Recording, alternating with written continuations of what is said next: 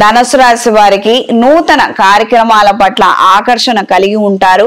కొన్ని అంశాలలో ప్రావీణ్యత కోసం చదువుల పట్ల, కోర్సుల పట్ల, కొన్ని తెలియనటువంటి వాటి గురించి తెలుసుకోవాలని చేసే ప్రయత్నాలు అనుకూలంగా ఉంటాయి. డ్రైవింగ్ విషయాలు కావచ్చు, స్విమ్మింగ్ విషయాలు కావచ్చు, అంటే వ్యక్తిగత అభివృద్ధి కావచ్చు, ఏదైనా మనం నేర్చుకోవాలి, కొంచెం డెవలప్మెంట్ అనేది ఉండాలి అన్న ఆలోచనలు ఎక్కువగా ఏర్పడతాయి. వాటిని మీరు వెంటనే ప్రవేశపెట్టగలిగితే మంచి మార్పులు ఏర్పడతాయి. రచయితలకు కాలం అనుకూలంగా ఉంటుంది. మంచి ప్రోత్సాహాన్ని మీరు పొందగలుగుతారు. నూతన అవకాశాలను దక్కించుకోగలుగుతారు.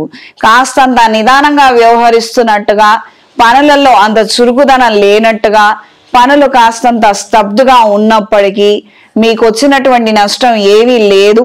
ఎక్కడ ఏ పనులు ఆపకుండా ఎప్పటికప్పుడు ఆ పనులు చేసుకుంటూ మీరు ముందుకు వెళ్ళగలిగితే దైవానుగ్రహం వలన కార్యాలు అనుకూలంగా మారతాయి.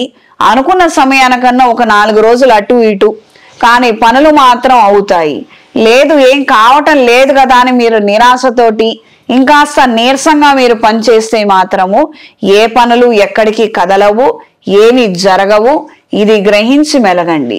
అవుతుందో కాదో, అయితే అవుతుంది, కాకపోతే కాకపోతుంది, మనం చేసేది మనం చేద్దాము అన్న ఆలోచనలకి మీరు రాగలిగితే తద్వారా మీకు మంచి జరిగే అవకాశం ఉంటుంది.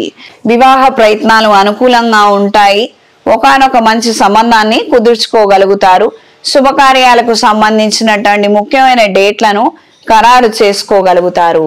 ఈ రాశిలో జన్మించిన స్త్రీలకు రీసెర్చ్ అండ్ డెవలప్మెంట్ డిపార్ట్మెంట్లో ఉన్న వారికి, ప్రభుత్వ పరమైనటువంటి ఉద్యోగాల్లో ఉన్నవారికి కాలం అనుకూలంగా ఉంటుంది.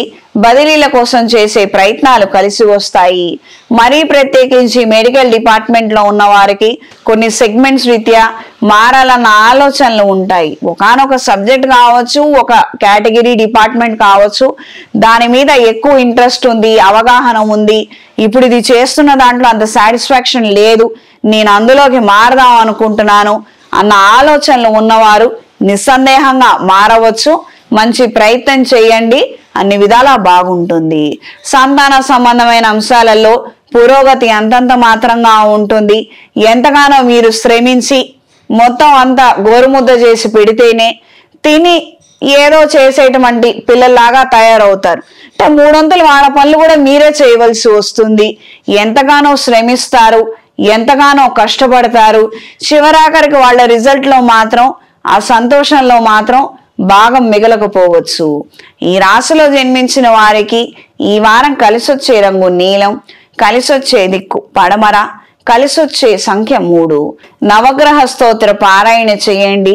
సర్వరక్షా చూర్ణము, సర్పదోష నివారణ చూర్ణము కలిపి స్నానమాచరించండి.